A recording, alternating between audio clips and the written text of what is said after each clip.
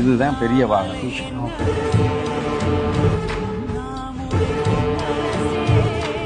இது 32 அடி உயரம் உள்ள வாகனம். இதுல போட்டிருக்க வெள்ளி வந்து தகடாக வளைச்சு 43 பீஸ் அதுல பொருத்தி இருக்கு. இதனுடைய உயரம் வந்து 32 அடி உயரம். இது 200 வருஷத்துக்கு முன்னாடி எங்க முன்னோர்களால் கட்டப்பட்டது.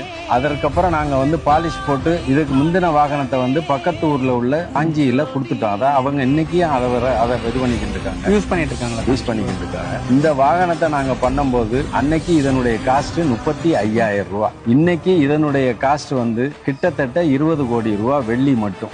அதனுடைய சப்பரம் எல்லாம் சேர்த்து இன்னைக்கு கிட்டத்தட்ட 20 கோடி ரூபாய் மதிப்புள்ள வாகனத்தை பின் வாரிசுகளான நாங்க வந்து இன்னைக்கும் அதை வந்து நல்லா பராமரிச்சுக்கின்னு பண்ணிக்கிட்டு வர்றோம். இது எடை எவ்வளவு சார்? இதனுடைய மொத்த எடை வந்து 6 டன். இதை நாங்க வந்து எங்களுடைய ட்ரஸ்டிகள் மாறி வரும்போது ஒவ்வொருத்தரும் இதை எப்படி நம்ம பண்றது அப்படின்னு அவங்களுக்குள்ள ஒரு பயம் இருந்துச்சு. ஏன்னா பழைய இதை ஏதாவது நம்ம வந்து மாத்திரக்கூடாது, பண்ணக்கூடாது. பட் எங்க தலைவர் நாகப்பன்கிறவர் இந்த வருஷம் நாங்க 3 இயர்ஸ் பீரியட் ட்ரஸ்டிஸ் மாறி வரும். இந்த ரிஷப வாகன கொட்டகையை ரோடு ஒசந்ததுனால 6 அடி நாங்க ஒசத்த வேண்டியதா போச்சு.